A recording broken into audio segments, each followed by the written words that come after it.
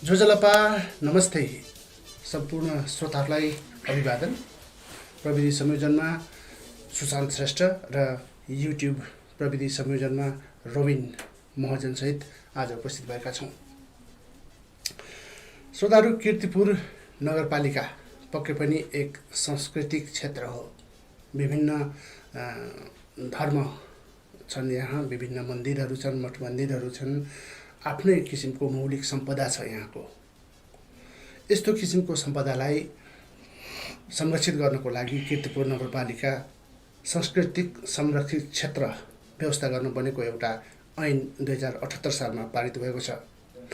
कीर्तिपुर नगर सभाबाट पास भई यो ऐन प्रस्तावित भएको छ र यो ऐन यसरी व्यवस्था गर्नको लागि हाल पूर्ण रूपमा यो ऐन प्रयोग गर्नको लागि कार्यदल स्थापना भएको छ। नगरपालिकाबाट एउटा कार्यदल बनाइएको छ। यो कार्यदल बनाउनु पूर्व पनि यहाँ एउटा परिषदहरू, उपपरिषद, समितिहरू पनि स्थापना भएको थियो। यो सांस्कृतिक संरक्षित क्षेत्र स्थापना गर्नको लागि एउटा कार्यदल बनाइएको थियो। आज त्यो कार्यदलका एकजना सदस्य हुनुहुन्छ, हामीसँग स्टुडियोमा आउनुभएको छ। उहाँ हामीसँग कुराकानी गर्नको लागि यो संरक्षित क्षेत्र किन चाहियो त अहिले कीर्तिपुरमा र देशमा, हाम्रो सम्पूर्ण देशमा पनि यसको महत्त्व के छ त, यस विषयमा केन्द्रित रही आज हामी कुराकानी गर्दैछौँ उहाँसँग। म उहाँलाई स्टुडियोमा स्वागत गर्न चाहन्छु। नमस्ते जोजलपा, स्वागत छ यहाँलाई। नमस्कार जोजलपा। सबभन्दा पहिले म नेवा एफएमको समय सन्दर्भ कार्यक्रममा यहाँलाई स्वागत गर्ने। धन्यवाद।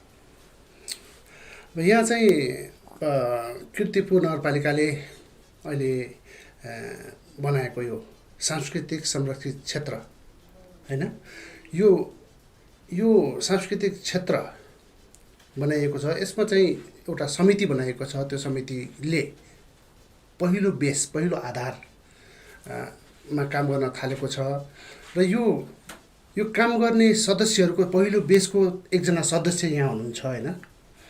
त्यसको त्यो भएको कारणले गर्दाखेरि म यहाँ के सोध्न चाहन्छु भने सांस्कृतिक संरक्षित क्षेत्र अलिकति बुझ्न अप्ठ्यारो पनि छ हैन। साधारण मानिसहरूलाई थाहा नहुनु पनि सक्छ। हाम्रो मठ मन्दिरहरू त देखेका छन् उहाँहरूले, तर किन संरक्षण गर्नु पर्यो भन्ने कुरा उहाँलाई थाहा हुँदैन। र संरक्षित क्षेत्र भनेको के र यसको अवधारणा चाहिँ के, अवधारणा यो विकास गर्नु पर्यो र आवश्यकता किन पर्यो अहिले? अच्छा, धन्यवाद। सर्वप्रथम नेवा एफएम सुन्दै गरेका आदरणीय श्रोता र नेवा एफएम अहिले चाहिँ युट्युबमा लाइभमा गएको पनि छ र युट्युबमा हेर्ने आदरणीय चाहिँ दर्शकहरूलाई मेरो जोजलपा नमस्कार। म यो सांस्कृतिक संरक्षण क्षेत्र सम्बन्धी ऐनमा प्रवेश गर्नुभन्दा अगाडि यसको चाहिँ पृष्ठभूमि यानि कि यसको ब्याकग्राउन्ड अलिकति म यहाँ राख्न चाहन्छु। हजुर, यो कीर्तिपुर नगरपालिकामा हामीले झन्डै 1 वर्ष अगाडि कीर्तिपुर नगरपालिकामा स्थानीय सरकार सञ्चालन सम्बन्धी ऐन 2074 को दफा 9(3) मा भएको कानुन व्यवस्था बमोजिम कीर्तिपुर नगरपालिकामा पनि सांस्कृतिक संरक्षण क्षेत्र घोषणा हुनु पर्यो र सांस्कृतिक संरक्षण क्षेत्र अन्तर्गतका चाहिँ संस्कृति सम्पदा चाहिँ संरक्षणको लागि आवश्यक कार्य गर्नु पर्यो भनेर अवधारणा पत्रसहित हाम्रो माग पत्र पेश भएको थियो। सोही माग पत्र बमोजिम कीर्तिपुर नगरपालिकाले कीर्तिपुर चाहिँ क्षेत्रमा चाहिँ यो यसको सम्भाव्यता, यसको चाहिँ हुन सक्ने नसक्ने भन्ने खालको चाहिँ हिसाबले चाहिँ अधीन कार्यदल बनाएको थियो र त्यस कार्यदलमा म अधिवक्ता नरेश श्रेष्ठ, साथै श्रीकृष्ण महर्जन कीर्तिपुरबाट, चौबारबाट उज्जवल महर्जन, नगाउँबाट चाहिँ सुवर्ण महर्जन, पाङ्गाबाट रामभोला महर्जन समेतको चाहिँ 5 जनाको चाहिँ कार्यदल बनेको थियो। हजुर। सो कार्यदलले यहाँ कीर्तिपुरमा रहेको क्षेत्रगत रूपमा विभिन्न तह तबकाका व्यक्तित्वहरूसँग, खास गरेर गुठियारसँग, त्यहाँ पुरातत्त्वविद, सम्पदाविद, त्यस्तै गरी पत्रकार, बुद्धिजीवी लगायतका चाहिँ वर्गसँग पनि विभिन्न प्रत्यक्ष र अप्रत्यक्ष रूपमा हाम्रो भेटघाट र छलफल भएको थियो। साथै यो बीचमा चाहिँ यो कोरोनाको कारणले गर्दा चाहिँ निषेधाज्ञा जारी भएको अवस्थामा हामीले चाहिँ भर्चुअल चाहिँ छलफल पनि गऱ्यौँ। त्यस्तै गरी यो विषयमा नेपालमा पहिलोचोटि चाहिँ सांस्कृतिक संरक्षण क्षेत्र घोषणा गर्ने टोखा नगरपालिकामा पनि हामीले चाहिँ स्थलगत नगरपालिकामा चाहिँ अध्ययन भ्रमण गऱ्यौँ र साथै भक्तपुर नगरपालिकामा हामी गएर अध्ययन गऱ्यौँ र मूल रूपमा चाहिँ टोखा नगरपालिका सांस्कृतिक संरक्षण क्षेत्र घोषणा गर्ने पहिलो नगरपालिका भइकन पनि त्यो सांस्कृतिक संरक्षणसँग सम्बन्धित ऐन जो जारी भएको छ त्यो ऐनमा चाहिँ नगरपालिका निर्देशित ढङ्गले चाहिँ कार्य गर्ने खालको चाहिँ प्रावधान राखेको पाइयो। दोस्रो चाहिँ भक्तपुर नगरपालिकाले सांस्कृतिक संरक्षण क्षेत्र घोषणा गरेको छैन, तर पनि वास्तवमा चाहिँ सांस्कृतिक संरक्षण क्षेत्र घोषणा गरेर जसरी काम गरिन्छ त्योभन्दा बढी उसले काम गरेको पाइन्छ। यद्यपि चाहिँ उसले कानुन बमोजिम कानुनी रूपमा चाहिँ संस्था गठन गरेर काम गरेको पाइएन। यसरी चाहिँ समष्टिगत रूपमा हेर्दा यहाँका चाहिँ किर्तिपुरका बुद्धिजीवीहरूको चाहिँ सरसल्लाह सुझाव र टोखा नगरपालिका र भक्तपुर नगरपालिकामा भएको कमजोरीलाई कानुन सम्मत कानुनमा भएको चाहिँ आधार टेकेर हामीले सांस्कृतिक संरक्षण क्षेत्र घोषणा गर्नको निमित्त एउटा प्रतिवेदन र चाहिँ ऐन प्रस्तावित रूपमा चाहिँ पेश गर्यौँ र सोही ऐन किर्तिपुर नगरपालिकाले चाहिँ अहिलेको चाहिँ भर्खरैको चाहिँ नगरसभाबाट पास भई राजपत्रमा पनि प्रकाशित भएको छ।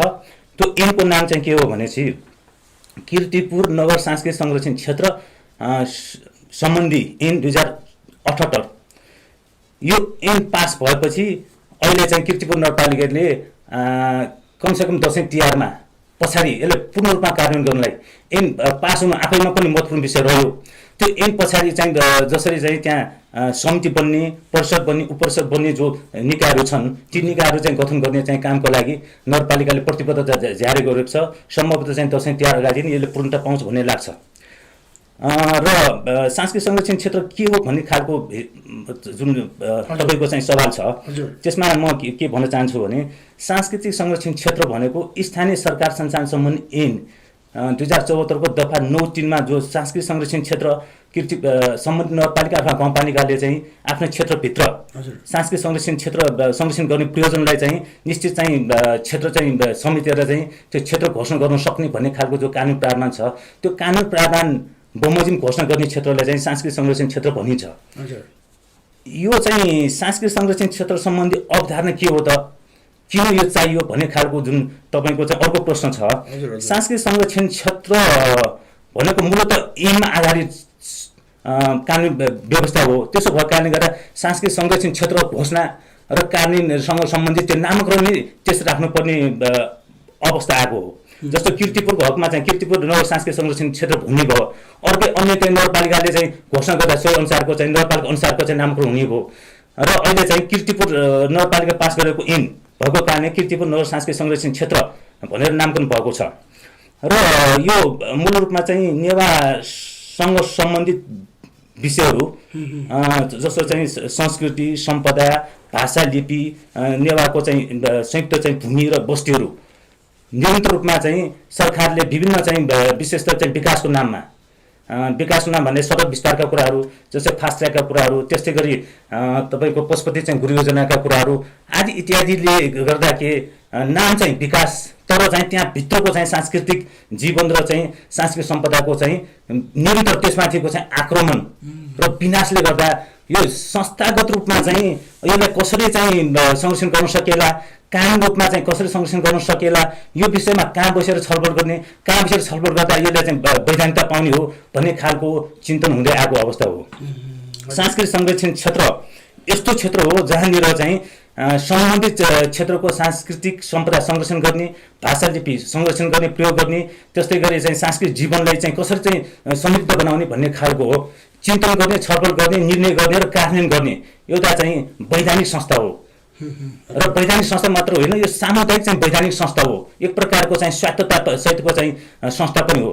त्यसो भएको कारणले गर्दा यो हाम्रो चाहिँ मूल मान्यता, यसमा पछाडिको मूल मान्यता के हो भने समुदायमा रहेको सांस्कृतिक चाहिँ अधिकार समुदायले प्रयोग गर्ने र समुदायको चाहिँ सांस्कृतिक अधिकार बाहेक जस्तो राजनीतिक अधिकार, के अरे चाहिँ शैक्षिक अधिकार, त्यस्तै स्वास्थ्यसँग सम्बन्धित अधिकार र चाहिँ विकास लगायतका कुराहरू नगरपालिकाले गर्ने र नगरपालिकाले सांस्कृतिक अधिकारलाई हस्तक्षेप नगर्ने, सांस्कृतिक अधिकारमाथि उसले चाहिँ कुनै किसिमको चाहिँ आफ्नो चाहिँ शासन नगर्ने र समुदायको अधिकार समुदायले प्रयोग गर्ने भन्ने मान्यता यसमा रहेको छ।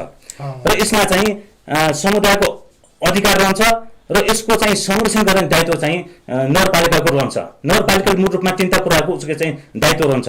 यो त भनेको वार्षिक रूपमा बजेट दिने, सांस्कृतिक संरक्षण सञ्चालन गर्नको निमित्त बजेट दिने, अर्को भनेको कर्मचारी व्यवस्थापन गरिदिने, अर्को भनेको त्यो कार्यालय सञ्चालन गर्नको निमित्त भवन र कार्यालय चाहिँ व्यवस्थापन गर्ने भन्ने खालको मूल रूपमा चाहिँ तिनवटा चाहिँ दायित्व र सांस्कृतिक संरक्षणको चाहिँ मूल संरक्षक भएर चाहिँ संरक्षण गर्न पनि उसको दायित्व रहन्छ।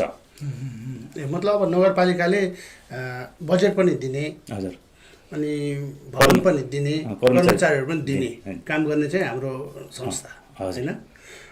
भनेपछि अब यो संस्था हाम्रो यो सांस्कृतिक संरक्षित क्षेत्र यो सुन्दा अलिक अड लाग्छ होइन। यो सांस्कृतिक संरक्षित क्षेत्र भन्दाखेरि यसलाई चाहिँ अब यो क्षेत्रमा चाहिँ हाम्रो कीर्तिपुर नगरपालिकाको कुन क्षेत्रहरू समाविष्ट छन् भनौँ न। हाम्रो धेरै यस्तो सम्पदाहरू छन्, प्राचीन सम्पदाहरू, कुन क्षेत्रहरूलाई यसमा समावेश गर्नुभएको छ?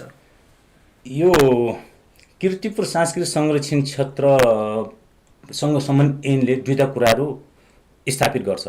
यो त भनेको सम्बन्धित चाहिँ नगरपालिकाभित्र अर्थात् कीर्तिपुर नगरपालिकाभित्रको चाहिँ प्राचीन बस्ती जहाँनिर नेवारहरूको चाहिँ संस्कृति सम्पदा रहेको छ त्यो क्षेत्रमा मात्रै चाहिँ समेट्ने गरी सांस्कृतिक संरक्षण क्षेत्र भनेर किटान गरिन्छ। त्यो भनेको चाहिँ पुरानो बस्ती बाहेक नयाँ बस्तीमा यो लागू हुन सक्दैन।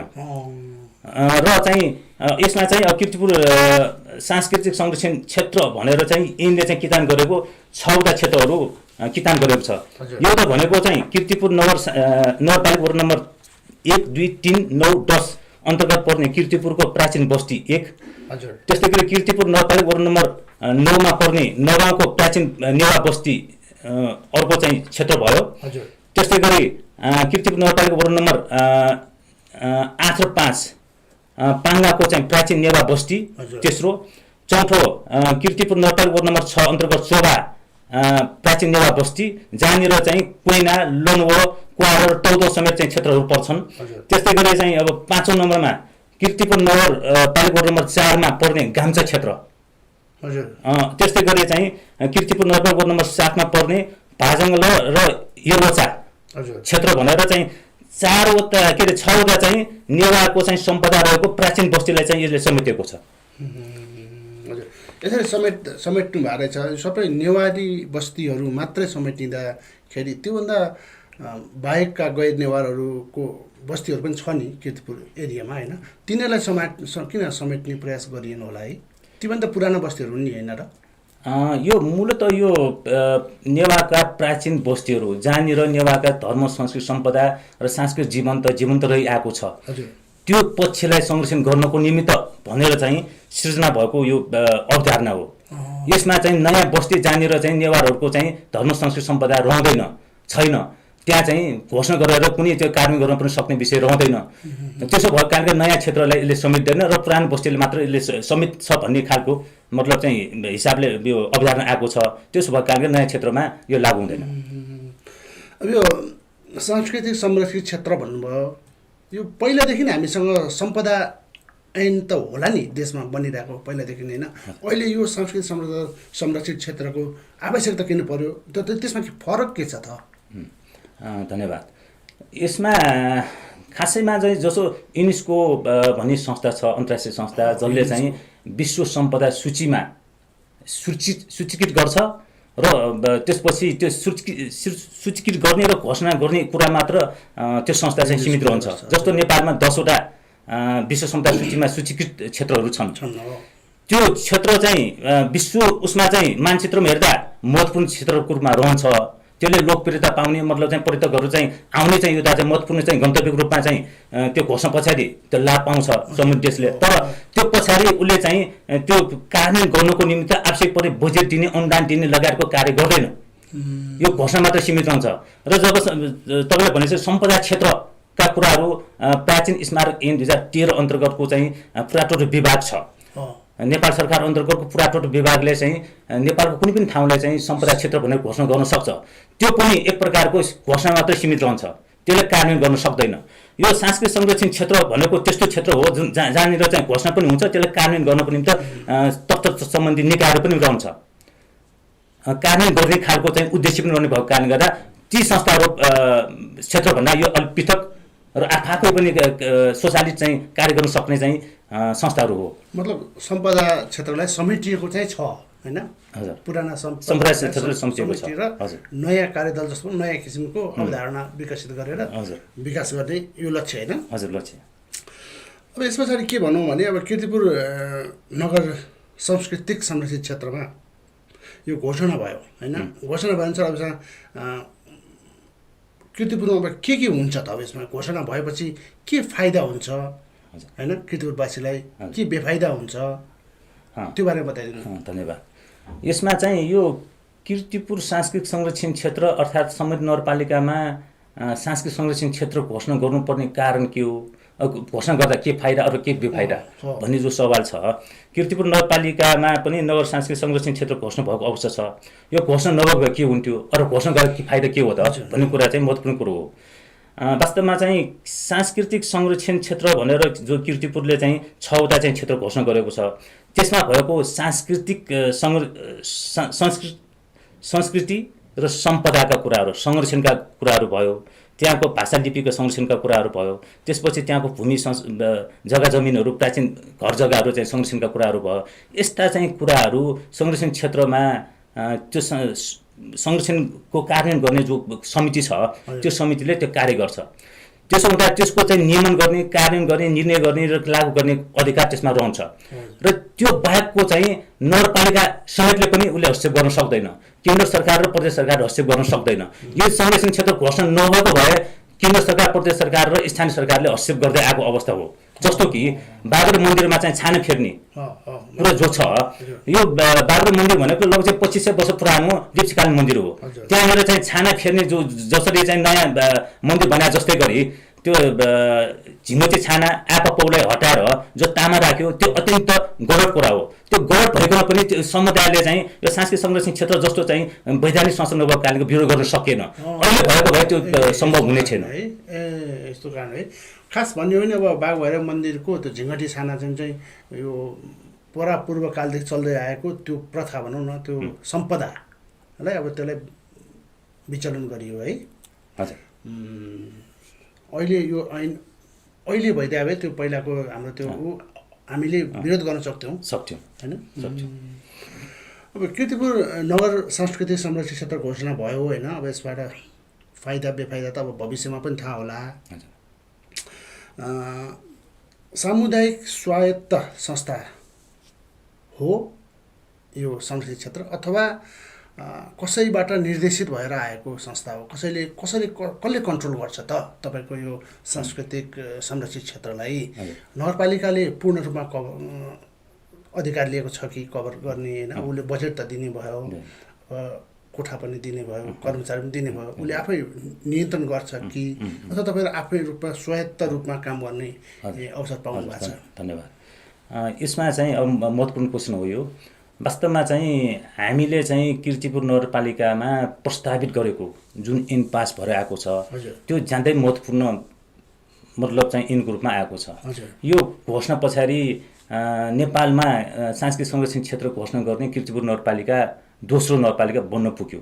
र त्यस्तै गरी समुदायको चाहिँ सांस्कृतिक अधिकारलाई संरक्षण गर्ने प्रयोजनलाई वैधानिक सामुदायिक स्वायत्त कार्यकारी संस्था निर्माण गर्ने किर्तिपुर नगरपालिका पहिलो नगरपालिका हो। त्यसो हुँदा चाहिँ किर्तिपुर नगरपालिकालाई एकदम धन्यवाद र बधाई दिनुपर्छ, हामीले दिइसकेका छौँ र अब सार्वजनिक रूपमा पनि यो दिने कार्यक्रम हुँदैछ। र तपाईँको जो क्वेसन छ, यो स्वायत्त संस्था हो कि होइन अथवा चाहिँ नगरपालिका निर्देशित उसको मातहतमा रहने चाहिँ निकाय हो कि भन्ने जो सवाल छ, यो अत्यन्त चाहिँ समुदायको लागि आवश्यक परेर निर्माण भएको संस्था भएको कारणले गर्दा समुदायमा अभिन्न अङ्गको रूपमा रहेको हो। सांस्कृतिक जीवनलाई चाहिँ नियमन गर्न चाहिँ बनेको चाहिँ निकाय भएको कारणले गर्दा यो जुन ऐन हामी प्रस्तावित गर्थ्यौँ, ऐन अनुसार बन्ने समिति वैधानिक सामुदायिक र स्वायत्त कार्यकारी समितिको रूपमा रहेको छ। यो नगरपालिकाको निर्देशन यसले मान्दैन। नगरपालिकाले उसको दायित्व मात्र हामीले चाहिँ सीमित गरिदिएका छौँ।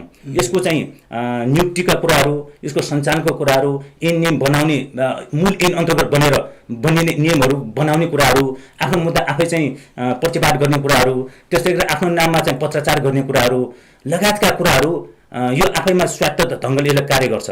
नगरपालिकाले बजेट विनियोजन गर्ने, कर्मचारी विनियोजन गर्ने र त्यस्तै गरी भवन चाहिँ व्यवस्थापन गर्ने कार्य मात्रै गर्छ र मूल रूपमा चाहिँ यो समिति लगायतको चाहिँ यो जुन निकायहरू छन् यसमा समष्टिगत रूपमा चाहिँ सांस्कृतिक संरक्षण क्षेत्र र समितिको चाहिँ संरक्षक भएर मात्र काम गर्छ र उसले चाहिँ हस्तक्षेप गर्न सक्ने गरी कुनै त्यस्तो प्रावधान छैन। त्यस भएको कारणले गर्दा नेपालको इतिहासमा यो वैधानिक सामुदायिक स्वायत्त एउटा चाहिँ सरकारी मतलब चाहिँ स्वायत्त संस्थाको रूपमा चाहिँ यसले चाहिँ कानुनी प्रावधान बनाएको छ र त्यो ढङ्गको चाहिँ भएको कारणले गर्दा यो स्वायत्त ढङ्गले काम गर्छ। यसले चाहिँ नगरपालिकाको निर्देशनमा रहेर मातहतमा रहेर काम गर्ने खालको प्रावधान छैन।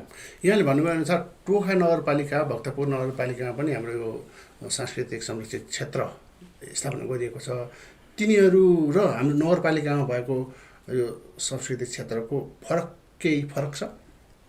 मैले अलि अगाडि पनि भनिसकेँ, टोखा नगरपालिकाले पहिलोचोटि उसले चाहिँ घोषणा गरेको भए पनि नामकरण त टोखा सांस्कृतिक संरक्षण क्षेत्र नै हो। तर उसले चाहिँ ऐन जसरी चाहिँ बन्नु पर्थ्यो त्यो स्वायत्तता हुने गरी उसले ऐन बनाएको छैन। नगरपालिकाको निर्देशन नगरपालिकाको मातहतमा रहने गरी उसले चाहिँ ऐन बनाएको छ। यद्यपि टोखा सांस्कृतिक संरक्षण क्षेत्र नै हो तर पनि उसले बनाएको ऐन र हाम्रो बनाएको ऐन फरक छ। नाम उस्तै भए पनि नामले मात्र चाहिँ यो मतलब चाहिँ स्वायत्त हुने र स्वतन्त्र हुने अथवा नहुने भन्ने कुरो निदान हुँदैन। त्यो ऐनले चाहिँ लिएको प्रावधान ऐन कस्तो बन्यो भन्ने खालको महत्त्वपूर्ण कुरो रहन्छ र त्यो नगरपालिकाले जे भन्छ त्यही ढङ्गले मात्र काम गर्न सक्ने अवस्था छ। त्यो भएको कारण त्यो अहिले विस्तार पनि हुन सकिरहेको छैन। किर्तिपुरमा चाहिँ अहिले हालै बनेको ऐन अन्तर्गत चाहिँ यो कार्यकारिणी चाहिँ समितिहरू जो छ त्यो चाहिँ आफैमा पनि स्वायत्त छ। नगरपालिकाको निर्देशन यसले मान्दैन, नगरपालिकाको हस्तक्षेप यसले स्वीकार्दैन र आफैले चाहिँ स्वतन्त्रहरूले काम गर्न सक्ने खालको कानुनी व्यवस्था छ यसमा। यो चाहिँ हाम्रो अब राजपत्रमा नै निस्केको थियो होइन? निस्केको छ। राजपत्रमा निस्केपछि अब यो छुट्टै स्वायत्त संस्था भयो र नगरपालिकाको मातहतमा रहेर काम गर्नुपर्ने आवश्यकता भएन होइन? त्यसो अब यसको कार्यक्षेत्रको अधिकारहरू सांस्कृतिक संरक्षित क्षेत्र यो समितिको अधिकारहरू के अधिकारसम्म हामी क्लेम गर्न सक्छौँ? नगरपालिका अथवा समुदायमा कस्तो किसिमको अधिकार हामीले राखेका छौँ? हजुर, यसमा यो सांस्कृतिक संरक्षण क्षेत्र अन्तर्गतको क्षेत्रमा भएको चाहिँ संस्कृति सम्पदा संरक्षण गर्ने प्रयोजनलाई मूल रूपमा दुईटा निकायहरू छन्। हजुर, त्यसमध्ये एउटा चाहिँ कार्यकारिणी अधिकार प्रयोग गर्ने अधिकार समितिको रूपमा चाहिँ किर्तिपुर नगर सांस्कृतिक संरक्षण क्षेत्र समिति छ र दोस्रो चाहिँ यसको चाहिँ व्यवस्थापकीय अधिकार भनेको चाहिँ ऐन कानुन र नीति निर्माण बनाउनुको निमित्त यसको चाहिँ परिषद र उपपरिषद भन्ने संस्थाहरू पनि छन्। र त्यसमध्येको चाहिँ कार्यकारिणी समिति जुन यो महत्त्वपूर्ण चाहिँ यो जुन समिति छ त्यो समितिले गर्ने काम कर्तव्यहरू मूल रूपमा चाहिँ 4-5वटा कामहरू यसले महत्त्वपूर्ण रूपमा काम गर्छ। काम त थुप्रै गर्छन्, त्यसमध्ये पनि उल्लेखनीय रूपमा चाहिँ 4-5वटा काम गर्छ। जस्तो एक संरक्षित क्षेत्रको चाहिँ संस्कृति सम्पदा संरक्षण र प्रबन्धन गर्ने। दुई, नेपाल भाषा लिपि संरक्षण र पठन पाठन गराउने। त्यस्तै गरी नेवा भूमि र बस्ती संरक्षण गर्न गैर नेवारहरूलाई चाहिँ संरक्षित प्राचीन बस्ती भित्रका घर जग्गा बिक्री गर्न प्रतिबन्ध लगाउने। 3, सांस्कृतिक सम्पदा संरक्षण गर्दै यसलाई आय आर्जनको स्रोतको रूपमा विकास गर्ने। भनेको संस्कृति र सम्पदा संरक्षणको कुरा मात्र होइन, त्यसको आधारमा एउटा व्यवसायीकरण गर्ने अथवा चाहिँ त्यसको आधारमा चाहिँ आय स्रोतको रूपमा चाहिँ विकास गर्ने। जबसम्म चाहिँ आय स्रोतमा विकास गर्न सकिँदैन त्यो संरक्षण गर्ने भन्ने कुरा त्यति चाहिँ दिगो रूपमा चाहिँ काम गर्न सक्दैन हामीले। त्यसो भएको कारणको अहिलेको समय सान्दर्भिक हिसाबले चाहिँ सम्पदा संरक्षण सँगसँगै चाहिँ आय स्रोतको चाहिँ रूपमा विकास गर्नुपर्छ भन्ने मान्यता पनि रहेको छ। यसको लागि पनि यसले काम गर्छ। त्यस्तै गरी किर्तिपुरका भाषा संस्कृति सम्पदा एवं ऐतिहासिक अभिलेखको अध्ययन अनुसन्धान गर्ने र प्रचार प्रसार गर्ने काम यसले गर्छ। यसले चाहिँ अब यहाँले भन्नुभयो कि भन्नु भएन, मैले राम्रो ध्यान दिन पाएन। पर्यटकीय क्षेत्रको रूपमा विकास गर्ने एउटा अवसर पनि छ नि होइन हाम्रो किर्तिपुरलाई? त्यतातिर चाहिँ के गर्छ? यो किर्तिपुर नगरपालिकाले त्यो स्थानीय सरकार सञ्चालन ऐन 2074 को दफा 9(3) को जुन कुरो गरे त्यसमा दुईटा कुराहरू छ। एउटा किर्तिपुर नगरपालिका चाहिँ पर्यटक क्षेत्र चाहिँ घोषणा गर्न सक्ने पनि व्यवस्था छ र अर्को भनेको सांस्कृतिक संरक्षण क्षेत्र घोषणा गर्न सक्ने विषय छन्। यी विषयहरूमध्ये कुन चाहिँ हामीले चाहिँ घोषणा गर्दा राम्रो होला भनेर चाहिँ हामीले चाहिँ मतलब चाहिँ मूल्याङ्कन गरेको अवस्थामा सांस्कृतिक संरक्षण क्षेत्र घोषणा गरेर जान सक्यौँ भने पर्यटन क्षेत्र स्वतः त्यसमै चाहिँ समावेश गरेर हामीले विकास गर्न सक्छौँ। पर्यटन क्षेत्र चाहिँ घोषणा गरेर यो सांस्कृतिक संरक्षण क्षेत्रका कुराहरू काम गर्न सक्दैनौँ। त्यसो भएको कारणले गर्दा सांस्कृतिक संरक्षण क्षेत्र चाहिँ घोषणा भएपछि पर्यटनको चाहिँ विकासको कामहरू पनि यसै चाहिँ समितिले गर्न सक्छ भन्ने हिसाबले हामीले चाहिँ सांस्कृतिक संरक्षण क्षेत्र घोषणा गरेको हो। र यो ऐन अन्तर्गत चाहिँ कीर्तिपुरको चाहिँ पर्यटन विकास गर्ने कुराहरू यसैले चाहिँ काम गर्छ।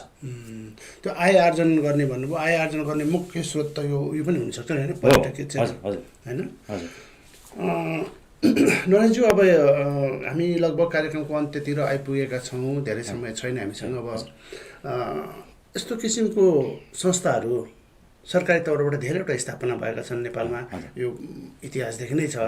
एउटै समिति गठन गरिदियो, त्यस पछाडि त्यो कोल्याप्स भएर जान्छ, हेर्नुहोस् होइन। अब यो हाम्रो अब स्वायत्त संस्था भन्नुभयो, सांस्कृतिक संरक्षित क्षेत्र, यो स्वायत्त संस्थामा निकाल्नु भएको छ, बनिएको छ, अहिले कानुन न त बनिएको छ होइन।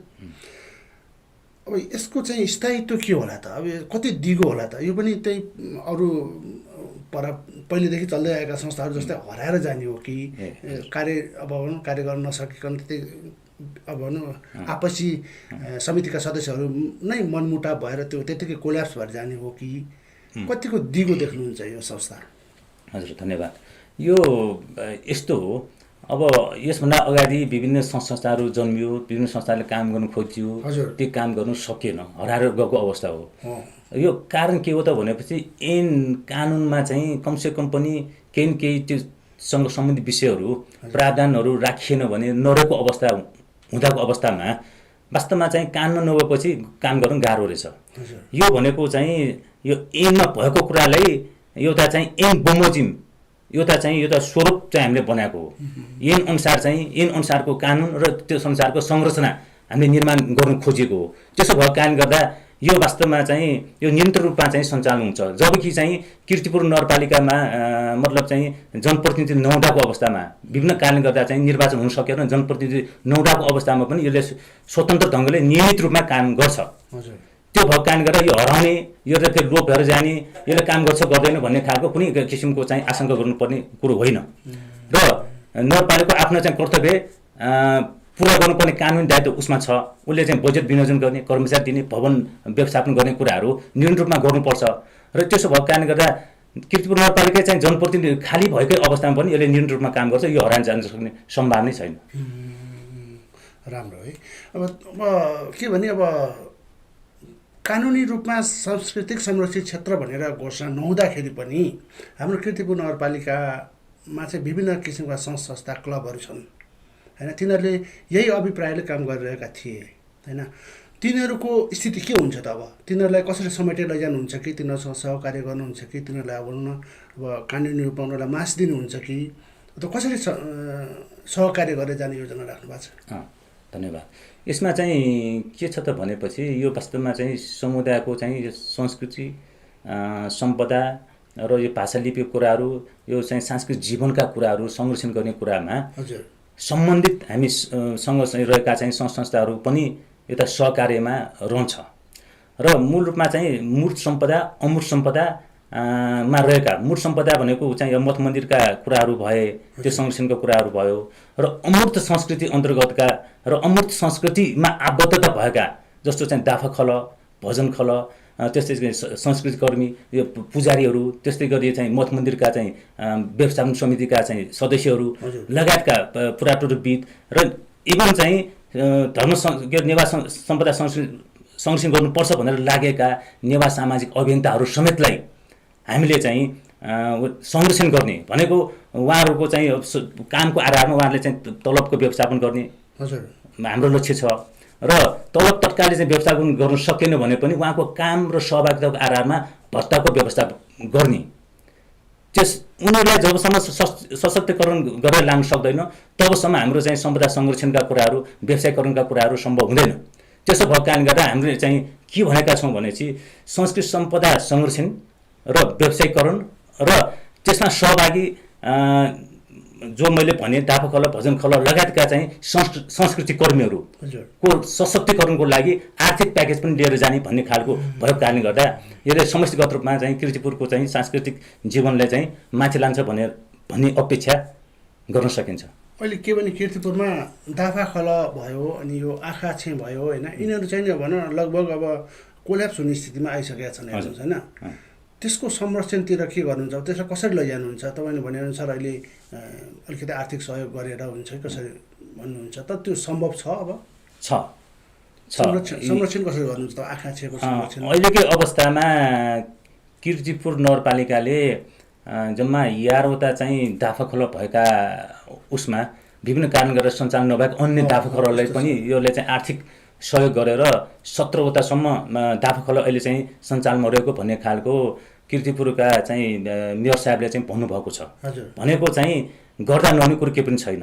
र यो सांस्कृतिक संरक्षण क्षेत्रले एउटा चाहिँ संस्थागत रूपमा यो मतलब चाहिँ एउटा नियमित रूपमा उहाँहरूलाई चाहिँ आर्थिक सहयोग गर्ने, आवश्यकता अनुसार बजेट विनियोजन गरिदिने, आवश्यकता अनुसार चाहिँ उहाँहरूको सरसल्लाह चाहिँ हामीले चाहिँ सुन्ने, उहाँको चाहिँ आवश्यकता के हो, उहाँको समस्या के हो, कहाँनिर कुन ठाउँमा चाहिँ अड्केको छ, कुन कारणले गर्दा चाहिँ सञ्चालन हुन सकिरहेको छैन, त्यो समस्याको पहिचान गरेर समाधान पनि दिने र आवश्यक अनुसार निर्देशन गर्ने। आवश्यक अनुसार एक प्रकारको यो के छ भनेदेखि यो यस्तो चाहिँ संस्था हो जहाँनिर चाहिँ नेवारहरूको धर्म संस्कृति सम्पदा लगायतका चाहिँ सांस्कृतिक जीवनसँग सम्बन्धित विषयलाई सानो सानो किस्रामा चाहिँ छलफल गर्दै समस्यालाई पहिचान गर्दै समाधानतिर लाने खालको यो अवधारणा हो। यो ज्यादै महत्त्वपूर्ण छ भन्ने लाग्छ र अब जनस्तरमा पनि यसले व्यापकता लिन्छ। जब चाहिँ व्यवहारमा कार्यान्वयनमा आउँछ नि तब जनस्तरले पनि यो के हो कसो हो भन्ने खालको सहभागिता जनाउने कुरामा पनि यो बृहत्तर रूपमा चाहिँ अगाडि बढ्ला भन्ने विश्वास गर्न सकिन्छ। अब यो यसरी सबैलाई समेटेर जाँदा राम्रो हुन्छ होइन। त्यसको लागि जसरी अब आर्थिक व्यवस्था गर्छु भन्नुभयो त्यो पर्याप्त होला त? नगरपालिकाले कति व्यवस्था गरेको छ, त्यो सबै डाफाखोला र आँखाछेहरूलाई बाँड्दा सम्भव होला त? अब यो पहिलो यो ऐन अनुसारको चाहिँ अब कार्यान्वयनको कुरा पहिलोचोटि हुँदैछ। यो नयाँ नौलो विषय पनि हो। यसलाई कसरी व्यवस्थापन गर्ने, यसले कसरी प्रभावकारी गर्ने भन्ने खालको एक प्रकारको अनुभव पनि अहिले हामीसँग छैन। यद्यपि अब हाम्रो अपेक्षा के हो भनेदेखि आवश्यकता अनुसार नगरपालिकाले बजेट दिने, कर्मचारी दिने, त्यो कर्मचारी पनि नेवा भाषा जानेका, नेपाली भाषा जानेकै कर्मचारी चाहिन्छ त्यहाँ भनेको छ ऐनमा। सँगसँगै चाहिँ उसले चाहिँ भवन दिने। अहिले तत्काल सम्भव भएन भने चाहिँ कार्य सञ्चालन गरेर एउटा दुईवटा चाहिँ अफिसको लागि चाहिँ कोठा दिने र छुट्टै चाहिँ भवन पनि दिनुपर्छ उसले। र यस्ता कुराहरू भइसके पछाडि यो चाहिँ एउटा चाहिँ संस्थागत रूपमा अगाडि जान्छ भन्ने लाग्छ मलाई होइन। यो भएको कारणले गर्दा नयाँ नौलो विषय भएको कारणले गर्दा अब अलिकति चाहिँ अनुभव पनि नभएको र बिस्तारमा यो चाहिँ अनुभव पनि हुँदै जान्छ र यसले चाहिँ यो त महत्त्वपूर्ण लक्ष्य पनि राखेको छ। भनेको चाहिँ संविधानमा भएको नेवा सांस्कृतिक स्वायत्त क्षेत्र केन्द्रमा चाहिँ स्थापित गर्नको निम्ति यो पूर्व अभ्यास पनि हो। यो अभ्यास गर्दै जान सक्यौँ भने केन्द्रमा चाहिँ जस्तो चाहिँ दोलखा जिल्लादेखि काभ्रे जिल्ला, त्यसपछि चाहिँ उपत्यकाका चाहिँ 3 जिल्ला र चितलाङको मकवानपुरको चितलाङसम्म हामी नेवा सांस्कृतिक स्वायत्त क्षेत्र चाहिँ घोषणा गर्दैछौँ।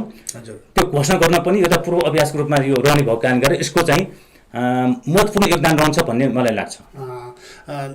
के अरे नरेशजी एकैपल्ट म यहाँ हाम्रो एउटा के अरे यो कमेन्ट आएको छ, म एकतालि पढेर सुनाइहाल्छु यहाँलाई है। अभिषेक श्रेष्ठजी लेख्नुहुन्छ, सम्पदा बस्तीको मापदण्ड हुँदाहुँदै यो ऐन बस्ती विकास मापदण्ड र भवन मापदण्ड 2064 भन्दा फरक होला र भन्ने उहाँले प्रश्न गर्नुभएको छ। 2034-320 भने मिति लेख्नुभयो। 2034-320 सडक सीमा र 2064 भवन मापदण्डको सडक सीमा यो ऐनले परिवर्तन होला। सहरी सडक मापदण्ड 2076 के हो? यो एउटा प्रश्न राख्नु भएको छ। उहाँले भनेको यो सडक सम्बन्धी मापदण्ड, भवन निर्माणको मापदण्डहरू जो उहाँले भन्नुभएको छ, वास्तवमा चाहिँ अहिले चाहिँ यो पुनर्विचार गर्नुपर्ने समय आएको छ। वास्तवमा चाहिँ केन्द्र सरकारले जसरी मापदण्ड बनाएको छ, यहाँ नेवा बस्तीहरूमा चाहिँ सांस्कृतिक मार्गहरू थुप्रो छन् जो जात्रा पर्व सञ्चालन गर्ने, यो पूजा पाठ गर्ने सांस्कृतिक मार्गहरूलाई ठुलो बनाउन खोजिरहेको छ। जस्तै चाहिँ लुबुको चाहिँ काण्ड अहिले चाहिँ सडकमा आएको छ।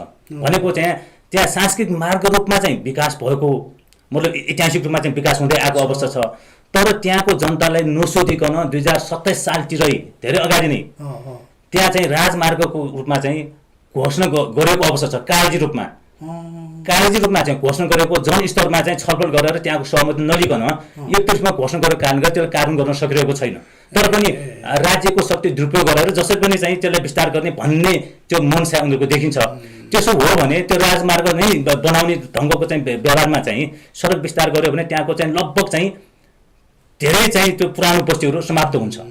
त्यसो भएको कारणले गर्दा यस्ता कुराहरू जो केन्द्र सरकारले जनस्तरमा चाहिँ छलफल गरेर गर्नुपर्ने सांस्कृतिक पक्षका कुराहरू त मूल रूपमा चाहिँ समुदायसँगै छलफल गर्नुपर्छ।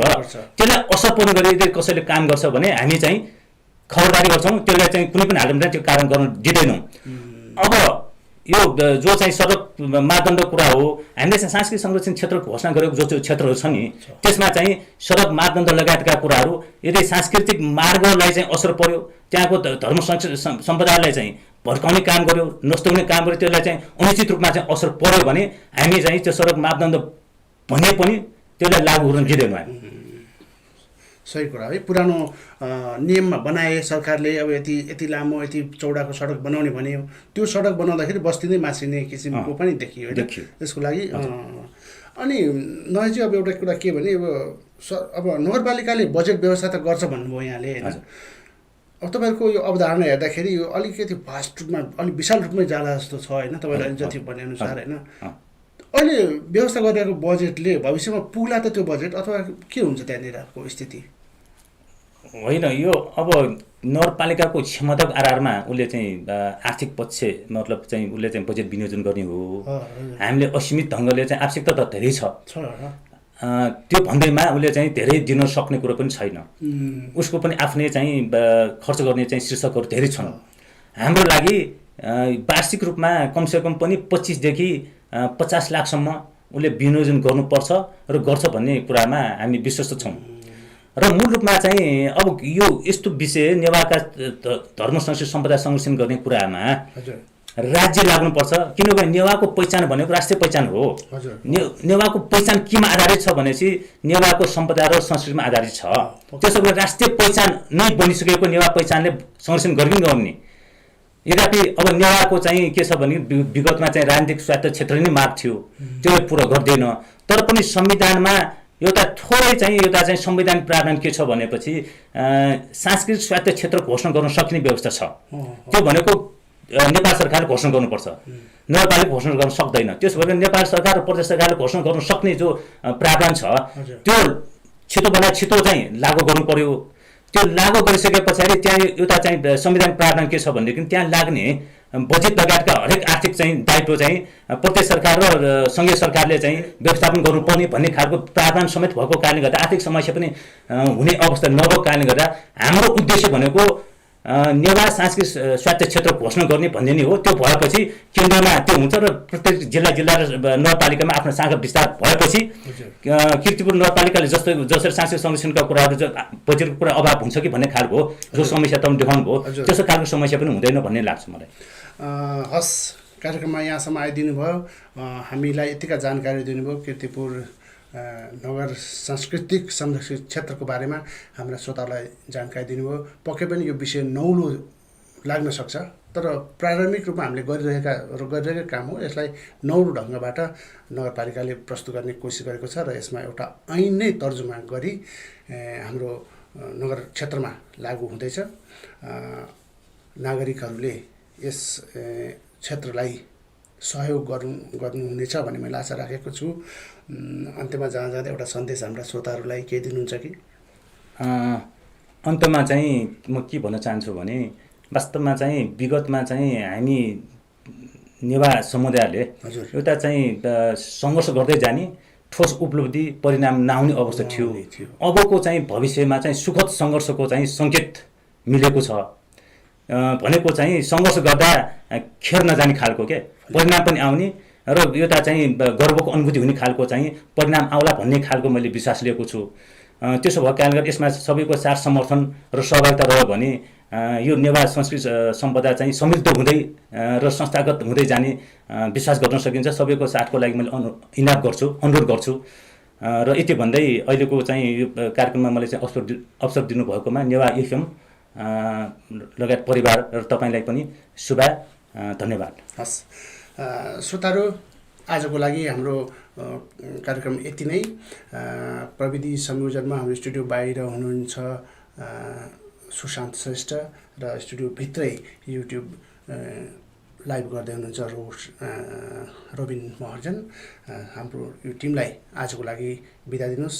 हाम्रो च्यानललाई सब्सक्राइब गरिदिनु म यहाँलाई अनुरोध गर्दछु।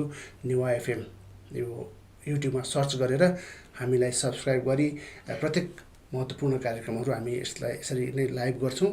यो कार्यक्रमहरू कस्तो लाग्छ कमेन्ट लेखिदिनु अनुरोध गर्दछु। आजको कार्यक्रममा विभिन्न कमेन्ट लेखेर सुनिदिने श्रोताहरूलाई पनि म हृदयदेखि धन्यवाद दिन चाहन्छु। हस्त आजलाई नमस्ते, शुभ।